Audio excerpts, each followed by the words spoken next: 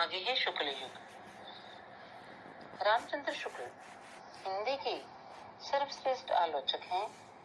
इनसे पूर्व आलोचना का कोई आदर्श स्थापित नहीं था।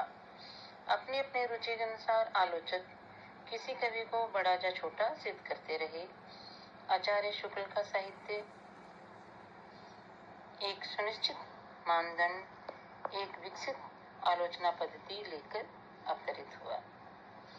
आचार्य शुक्ल की आलोचना के 3 रूप हैं: सैद्धांतिक, ऐतिहासिक, व्यवहारिक। सैद्धांतिक आलोचना के अंतर्गत उनके चिंतामणि, 2 भाग तथा रस मीमांसा के लेख आते हैं। शुक्ल जी ने इनमें मुख्यतः रस सिद्धांत के विभिन्न पक्षों की व्याख्या की। ऐतिहासिक आलोचना के क्षेत्र में उनका हिंदी साहित्य का इतिहास एक महत्वपूर्ण देन है। इतिहास के क्षेत्र में शुक्ल जी का दृष्टिकोण पर्याप्त वैज्ञानिक है। तुलसीदास, सूरदास जैसी आदि ग्रंथों की भूमिकाएं व्यवहारिक समीक्षा के उदाहरण हैं। शुक्ल जी के समकालीन समालोचकों में डॉक्टर श्याम सुंदर दास, पद्मलाल, पुन्नालाल बख्शी, गिरिजा दत्त शुक्ल, गिरीश एवं कृष्ण शंकर शुक्ल का नाम उल्लेखनीय है। युग आगे है शुक्लोत्तर युग। द्विवेदी युग की आलोचना की त्रुटियों को दूर करते हुए शुक्ल जी ने आलोचना पद्धति को पूर्ण बनाया था। उनकी आलोचना में भारतीय तथा पाश्चात्य दोनों पद्धतियों का समन्वय होते हुए भी भारतीय विचारधारा की और अधिक झुकाव है। शुक्ल जी के परवर्ती आलोचकों ने सामान्यतः शुक्ल जी के आदर्शों को अपनाया है। फिर भी कुछ प्रतिभाशाली आलोचकों ने इस क्षेत्र में अपनी मौलिकता का परिचय दिया है। ऐसे समालोचकों में नंदुलारे वाजपेयी, डॉक्टर नगेंद्र तथा आचार्य हजारी प्रसाद द्विवेदी का स्थान प्रमुख है। आचार्य नंदुलारे वाजपेयी का महाकवि सूरदास, जयशंकर प्रसाद महाकवि निराला, आधुनिक हिंदी साहित्य 20वीं शताब्दी तथा नए साहित्य, नए प्रश्न आदि कई महत्वपूर्ण आलोचनात्मक रचनाएं प्रकाशित हुई। आचार्य वाजपेयी सौंदर्यवादी दृष्टि के आलोचक हैं। वे छायावादी युग के श्रेष्ठ आलोचक हैं।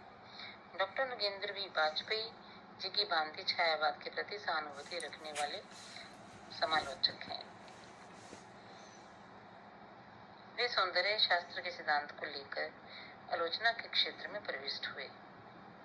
सुमित्रानंदन पंत, साकेत, भारतीय काव्य शास्त्र की परंपरा, रीति काव्य की भूमिका, रस सिद्धांत आदि उनकी समीक्षात्मक कृतियां हैं।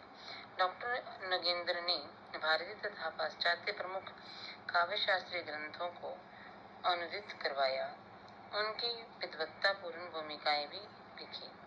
इन ग्रंथों में संस्कृत, ग्रीक, अंग्रेजी की साहित्य शास्त्र की विचारधारा हिंदी में प्रस्तुत हुई। रस सिद्धांत नगेंद्र की साहित्य चिंतन की सर्वोत्तम उपलब्धि है। आचार्य हजारी प्रसाद द्विवेदी मानवतावादी समालोचक हैं।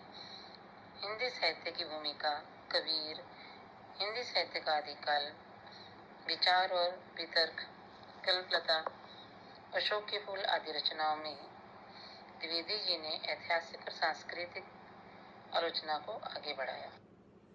साहित्यिक समीक्षा को प्रौढ़ रूप देने में इन 3 आलोचकों के अतिरिक्त बाबू गुलाब राय, शांति प्रिय द्विवेदी, डॉक्टर रामकुमार वर्मा, पंडित विश्वनाथ प्रसाद मिश्र, डॉक्टर सत्येंद्र, डॉक्टर कृष्णलाल, आचार्य परशुराम चतुर्वेदी, आचार्य बलदेव उपाध्याय का नाम भी उल्लेखनीय है। बाबू गुलाब राय समन्वयवादी समालोचक थे। सिद्धांत और अध्ययन तथा काव्य के रूप में उनका ये समन्वयवादी रूप निखरा है। शांतिप्रिय द्विवेदी ने छायावादी काव्य के सौंदर्य पक्ष का उद्घाटन किया है। पंडित विश्वनाथ प्रसाद मिश्र रीतिकालीन काव्य के समर्थक हैं। परशुराम चतुर्वेदी ने संत काव्य का आलोचनात्मक अध्ययन प्रस्तुत किया है। डॉक्टर कृष्णलाल रामकुमार वर्मा ने हिंदी साहित्य के इतिहास पर प्रामाणिक कार्य किया है। डॉक्टर सुरेंद्र लोक साहित्य की ओर झुके हुए हैं। आचार्य बलदेव उपाध्याय ने भारतीय काव्य संप्रदायों की आलोचना की है।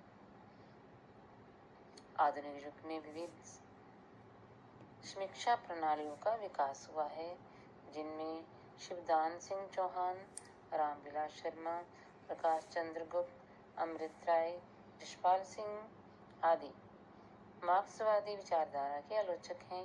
इलाचंद्र जोशी अगेन ने मनोविश्लेषणात्मक आलोचनाएं प्रस्तुत की हैं।